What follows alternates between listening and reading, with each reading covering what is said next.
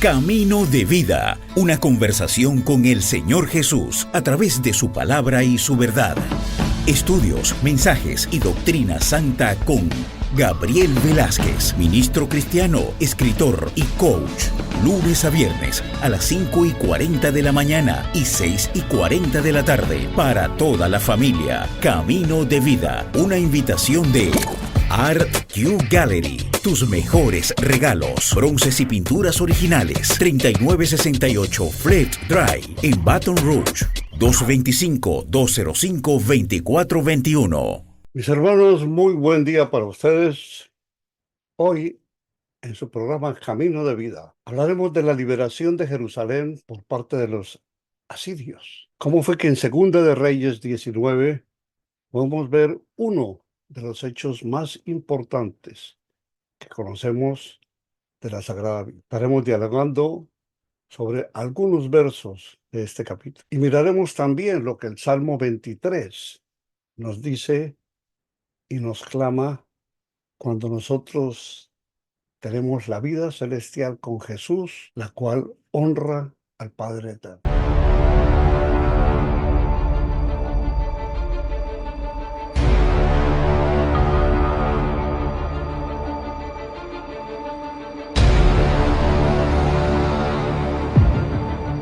Sintamos que somos parte de lo que los autores escribieron en su época y que hoy, cuando llega a nuestra mente y a nuestro corazón, nos unimos para que al dialogar con ellos podamos hacer uso de sus enseñanzas y podamos tenerlo como un vínculo que nos permita conocer cuál es la voluntad que el Señor tiene para nuestras vidas. Decimos que Segunda de Reyes, uno de los libros más interesantes de los varios libros que tiene el Antiguo Testamento, nos dice: por tanto, así dice Jehová acerca del rey de Asiria: no entrará en esta ciudad, ni echará saeta en ella, ni vendrá delante de ella con escudo, ni levantará contra ella baluarte. Por el mismo camino que vino volverá, y no entrará en esta ciudad, dice Jehová. Porque yo ampararé esta ciudad para salvarla, por amor a mí mismo, por amor a David mi siervo. Y aconteció que aquella misma noche salió el ángel de Jehová y mató en el campamento de los asirios a 185,000. Y cuando se levantaron por la mañana, he aquí que todo eran cuerpos de muertos. Entonces Sennacherib, rey de Asiria, se fue y volvió a Nínive, donde se quedó. Y aconteció que mientras él adoraba en el templo de Nisroch, su dios Adramelech y Sarecer, sus hijos lo hirieron a espada y huyeron a tierra de Ararat, y reinó en su lugar Esar-Adón, su hijo. Este pasaje de Segunda de Reyes nos deja ver un relato impresionante de la intervención divina contra las fuerzas asirias que estaban amenazando a Jerusalén durante el reinado de Ezequías. Dios no solo protegió la ciudad, sino que también envió un mensaje claro de que su poder era superior a cualquier amenaza humana. El texto revela cómo y de qué manera, a través de la intervención sobrenatural divina, el ejército asiria fue destruido y el rey Sennacherib, que había sido una de las principales amenazas para Judá, es humillado y finalmente asesinado por sus propios hijos. La historia en los capítulos y libros del Antiguo Testamento nos deja ver algunos hechos que en la actualidad estamos viendo tan repetidamente. Hay países en cuyas ciudades se mata a diario una docena de personas y nadie dice nada. En donde en un mes 200 personas son cadáveres asesinados por sus mismos semejantes y nadie dice nada. En un año o en 5 o en 6 son casi 200,000 muertos en un país y nadie se sacude, nadie deja ver nada. Y en otro país 150, y en otro país 80,000, y en otro país 30,000 al año. Y como seres humanos nos matamos diariamente y nadie se mosquea, nadie dice una palabra, a nadie parece interesarle como que es la comida diaria. Para entender mejor este evento, es importante tener en cuenta que el reino de Asiria, bajo el liderazgo de Sennacherib, había conquistado gran parte de la región, incluyendo el reino del norte, Israel, y muchas ciudades de Judá. El rey Ezequías se había mantenido fiel a Dios, pero enfrentaba una presión inmensa por parte del poder militar asirio, conocido por su crueldad y efectividad en las campañas bélicas. Sennacherib envió mensajeros a Jerusalén con amenazas, burlándose de la capacidad de Ezequías y del Dios de Israel para proteger la ciudad. En respuesta, Ezequías oró en el templo y consultó al profeta Isaías, quien le transmitió la promesa de Dios. Asiria no tomaría Jerusalén. ¿Cuál es la promesa que el Señor Jesús tiene para nosotros? Si tú te arrepientes de corazón y sinceramente, tus pecados serán perdonados y tu vida, después de que pase la vida temporal, terrenal, tendrá un lugar en una mansión a la que yo he ido para prepararla desde hace casi 2000 años. Eso tampoco parece tener mayor importancia en el mundo que hoy en día vivimos. Dios da una declaración categórica sobre el destino de Sennacherib. Conforme Jehová, el Dios de Israel, hizo y prometió, el rey de Asiria no entraría en Jerusalén, no lanzaría saeta alguna contra la ciudad, no levantaría baluarte alguno en su contra. Y en esta promesa, el Señor hace real lo que dice. Los asirios eran expertos en el arte del asedio y ya habían destruido numerosas ciudades, varios reinos en Judá y en otros lugares. Dios afirma que el rey de Asiria regresará por el mismo camino por el que vino, sin siquiera poner un pie dentro de la ciudad. Aquí leemos en el verso cómo no solo el poder de Dios obró para defensa de su pueblo, sino también su fidelidad al pacto con David. Si retrocedemos y vamos a Segunda de Samuel, vemos que Dios le prometió a David que su linaje permanecería para siempre. Y aquí vemos una continuidad de esa promesa en la protección de la descendencia de David y de la ciudad de Jerusalén. En el verso 35 de este libro, el libro que estamos mirando de Segunda de Reyes, capítulo número 19, nos damos cuenta de cómo a través de lo que el Señor dijo e hizo. En este verso 35 se describe que en una sola noche el ángel de Jehová salió y mató a 185,000 soldados del campamento así. Este fue un hecho sobrenatural y asombroso que marcó la diferencia en las fuerzas humanas y en el poder divino. La victoria no fue producto de una batalla ordinaria ni de una estrategia militar astuta. Fue la intervención directa de Dios. Y el uso de el ángel de Jehová a lo largo de las escrituras nos permite ver que el ángel del Señor aparece en momentos críticos para salvar al pueblo de Dios o ejecutar juicio, como lo hizo en Éxodo 12 durante la Pascua, donde el ángel pasó por Egipto y mató a sus primogénitos. El ángel de Jehová actúa como el agente de la justicia divina, eliminando la amenaza a Siria en una sola noche. Y después de esta intervención divina, el rey Sennacherib se retira a Nínive, la capital de Asiria, tal como Dios lo había prometido. Este retiro no solamente simboliza la humillación de un rey, de su poder, quien se había burlado de Dios, marca un camino en la fortuna de Asiria. A pesar de su poder militar, el imperio asirio no pudo derrotar a un pequeño reino que estaba bajo la protección de Dios. Este relato concluye con el asesinato de Sennacherib mientras adoraba en el templo a su dios Nisroch.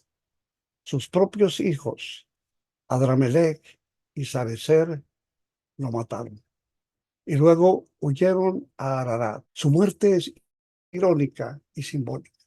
El rey que se había jactado de sus victorias militares y que había desafiado al Dios verdadero fue asesinado en un acto de traición por su propia familia mientras adoraba a un falso Dios. Tenemos que conocer que las lecciones espirituales y las aplicaciones que este verso y esta historia nos da tiene implicaciones teológicas como prácticas para los creyentes de hoy. Nosotros podemos extraer lecciones y podemos destacar, por ejemplo, que Dios es nuestro protector. Así como Dios defendió a Jerusalén de las fuerzas asirias, Él sigue siendo un refugio para su pueblo hoy. En momentos de crisis, cuando parece que las fuerzas del mal son insuperables, podemos recordar que Dios es capaz de intervenir y protegernos tal como lo hizo con Israel. Salmo 46 nos dice, Dios es nuestro amparo y fortaleza,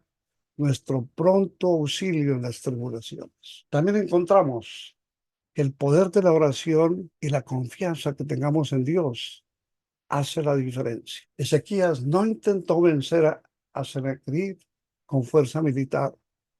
Él tal vez sabía y suponía e imaginaba que militarmente iba a ser imposible vencer, pero él recurrió a la oración y confió en la promesa de Dios.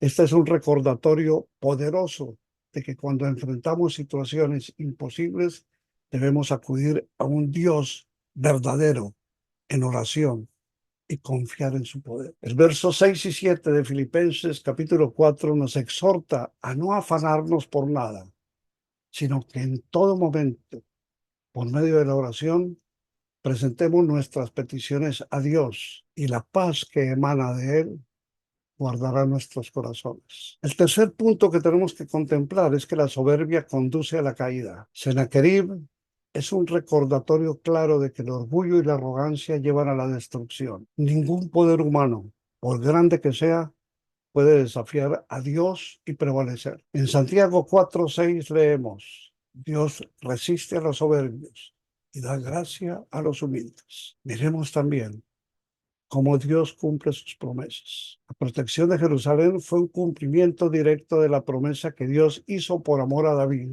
y su pacto con él. Esto nos recuerda que Dios es fiel a su palabra y podamos confiar en él porque él cumplirá sus promesas no solo en la historia que estamos conociendo, sino en nuestras vidas, en cada una de las vidas de cada uno de nosotros, en ti, en tu esposo o esposa, en tus hijos, en tus padres, etc. El verso 20 de la segunda carta a los Corintios de Pablo en el capítulo número 1 nos dice, porque todas las promesas de Dios son en Él, sí, y en Él, amén, por medio de nosotros para la gloria de Dios. Miremos cómo entonces la derrota de este rey y la salvación de Jerusalén destacan el poder incomparable de Dios para proteger y liberar a su pueblo. En un mundo lleno de amenazas, desafíos y adversidades, esto que estamos conociendo hoy, esta historia nos llama a depender completamente de Dios, cumpliendo, confiando en sus promesas y resistiendo a la tentación del orgullo. Aunque los enemigos de Dios puedan parecer invencibles, como lo fue el ejército asirio, ningún poder terrenal puede prevalecer contra el Dios Todopoderoso, el Dios que nos creó, el Dios que nos ha salvado, el Dios que nos tiene con vida, el Dios que nos ofrece a través de su Hijo la sanación y la salvación de nuestras almas. La vida celestial con Jesús honra al Padre Eterno. Salmo 23 es tal vez el salmo más conocido y el salmo más recitado. Jehová es mi pastor, nada me faltará. En lugares de delicados pastos me hará descansar.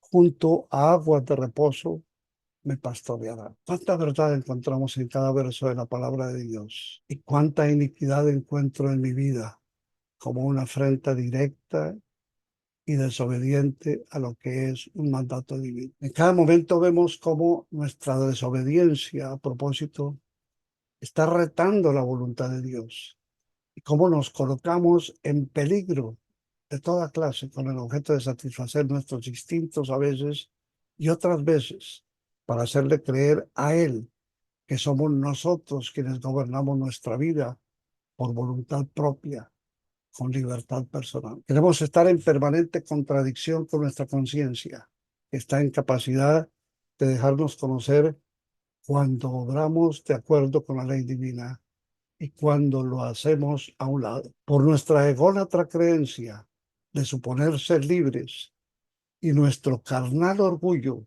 de creernos superiores a todo, veamos la historia que leímos hace un momento, hacemos lo que está en contra del propósito de Dios y con ello obramos contra su plan divino, que es mostrarnos la verdad de Jesús, al cual me revelo aceptar. Esa es la forma como el ser humano actúa y dice, somos declarados enemigos de entregar nuestra libertad e independencia a cambio de someternos a la divinidad de nuestro Creador y Salvador. Preferimos morir, dirían muchos, a obedecer conforme el Señor nos lo manda. Por eso, no desesperemos si la verdad llega a nuestros oídos, a nuestro corazón, a nuestra mente. No desesperémonos si de verdad queremos ser iluminados por la que es la verdad sagrada de Dios. Él me ha creado y te ha creado a ti. Y en su esperanza podemos estar. En su bondad podemos encontrarnos. En su misericordia podemos hallar paz y firmeza.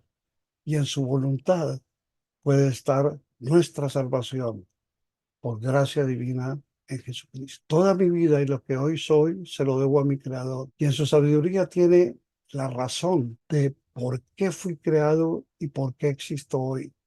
Al igual que por su palabra que me acompaña y su determinación de hacerme su hijo ha sido inmutablemente dada a mi corazón y a mi vida espiritual para que yo pueda gozarme de su dádiva divina y tener la alegría santa de ser reconocido en propiciación de Jesús. Nada sería de mi vida terrenal si Él no hubiese iluminado con luces eternas mi espíritu y mi vida sobrenatural. Teniéndolo a Él, no necesito nada más, porque en Él está dada todo lo que puedo yo ser. Tengo una razón de existir que es infinitamente más valiosa que buscar los tesoros de la tierra. Tengo los tesoros más preciados que puede tener y desear un ser humano, como son Dios y Jesucristo Dios, su promesa, su verdad y su vida eterna. El camino de la vida que Cristo me ha permitido vivir tiene la ruta asegurada y solo puede conducir a la presencia de mi Dios,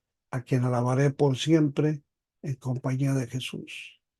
Y en su voluntad, con todos los seres que ante su majestad hayamos tenido su gracia para ser dignos de obtener la vida sobrenatural. Por eso encontremos a Jesús en todo mi camino, en todo el camino que vayamos a recorrer, busquemos a Jesús y con Él tendremos salvación. Todos conocen un hombre que se ha destacado mucho en las letras. Es un poeta, pero que en los últimos años se ha dedicado a la novela, a ser un dramaturgo y a un letrista. Este hombre se llama Paulo Coelho de Sousa. Es brasilero. Él escribió: un día despertarás y descubrirás que no tienes más tiempo para hacer lo que soñabas. El momento es ahora, actúa. Eso te lo dice un hombre. No sé si es cristiano o no. Lo único que sí puedo entender es que esta frase nos lleva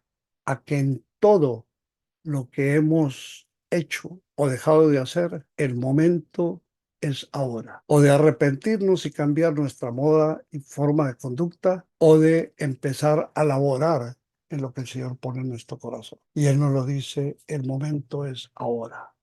Y nos lo refrenda diciendo, actúa. Es la hora de actuar. Pongamos esta frase en nuestro corazón y pidámosle al Señor que nos permita obedecerle para que en todo momento actuemos conforme Él quiere que oremos. Orémosle al Señor, digámosle: Padre Santo, gracias te damos por habernos entregado a Jesús, tu Hijo, como mediador y como esperanza eterna. En Él, Señor, esperamos y en ti, Padre, confiamos, seguros de tu gracia soberana a través de tu Hijo, en cuyo nombre oramos, para tu gloria.